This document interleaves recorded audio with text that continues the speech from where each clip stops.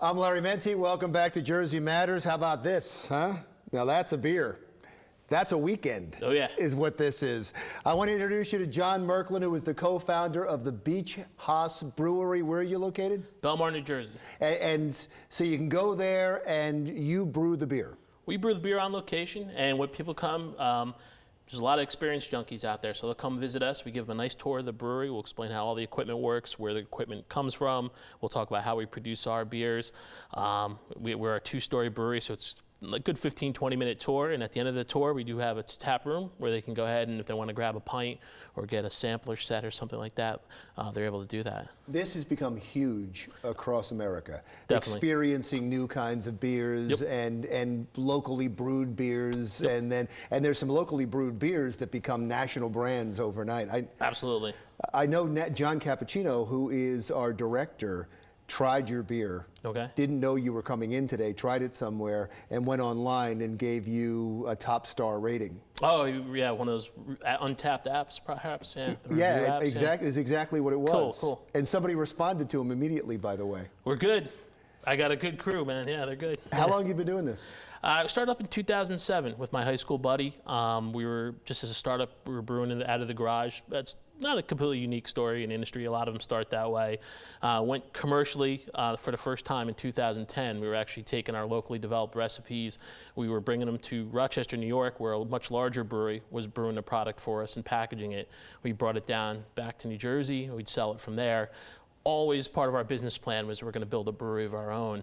And then there were some important changes in law, actually New Jersey law, pertaining to limited breweries that really gave us the confidence to start a brewery of our own. And the fact that we were able to do it in the downtown of Belmar with a name like Beach House, being only 5 blocks from the beach, was awesome. Yeah. And how are you doing with the place? December you opened, right? Yeah, so we were brewed for the first time in December. We had our grand opening on May 17th. We actually had a series of soft launches prior to that. Very great experience. I mean, it's really increased our brand, you know, in terms of where you can get it. We're now in 5 states being distributed.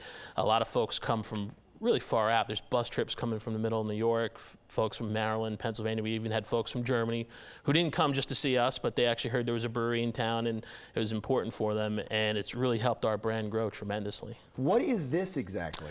So that's a growler. So that's one of the features that you find at breweries. It's a way for you to purchase beer on location at our site. It's 64 ounces of beer, and it's actually draft conditioned. So it's really, we have a growler fill station, or sometimes it comes directly from the draft tap. But it's kind of known that in beer, if you had a preference to drink draft or bottle, ideally you're drinking nice clean draft, and that's a way for you to bring draft home. And it's a growing preference the way folks are consuming beer or to go, packaged goods. In that, it's Hop On, which is our double IPA, which IPAs are all the rage right now in the U.S. What's that mean exactly? It's an India Pale Ale. It's a style of beer that was originated in England, actually. And there's, it's on the maltier side. With the American IPAs, they're much hoppier, so you got a lot more bitterness, and again, that's a growing preference amongst folks. So again, we made a nice beer there. It's using a blend of both North American You don't mind, right? and no, by all means, and German hops, and it gives a nice, good, clean, bitter taste to it. Oh, it's a nice color too. Come on, we gotta share a little. Come on. Oh, sorry about Probably that. share a little bit. I didn't mean to. All good. And so you said this is bitter? Yes. So it may not mean everything to everybody, but it's got 130 IBUs, which is International Bitter Unit, which is a measurement of bitterness of a beer. So it's double the strength of a normal IPA, is basically what that's saying. Cheers.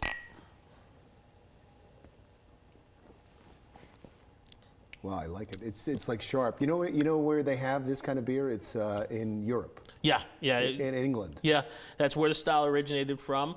There are some distinctions the way typical North American IPA might be as compared on the UK side. We actually produce both styles, like an English style IPA as well as a North American IPA. But yeah, it's very similar mouthfeel, and again, that bitterness is there.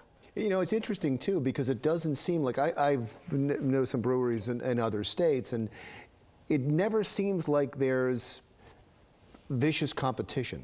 It's almost like you're all just a part of the menu, right. and the you're just another taste. Well, that's exactly it. So it's collegial is the word I use. It's a very collegial industry, and very often, in fact, I have just 20 minutes from me, I have two different competing breweries nearby, and we're constantly communicating with each other, sharing secrets, helping each other out. What we realize, it's almost like food.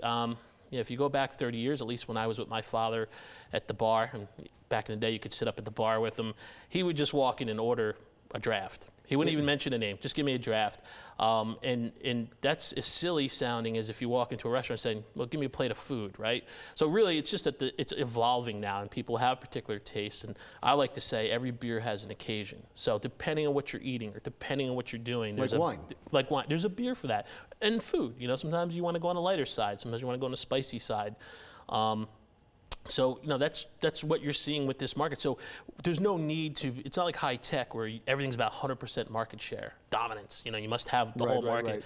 Right. Especially with craft beer, you realize there's a huge market out there. We only represent about 11 or 12% of the market right now. Everyone else is drinking more on the macro side of things from the big houses. So there's plenty of market. There's plenty of customers to enjoy your product, and you can be successful without being cutthroat and everything else. And give your address again? 801 Main Street in Belmar, New Jersey. And are you online? We are online at beachhousebeer.com. It's important to note that's H-A-U-S for house. Great. Well, thank you so much, I John. appreciate it, man. It was really great to meet you. Now Thank we you get for to bringing finish. this in. Yeah, no, believe me, this will be taken pretty fast, too.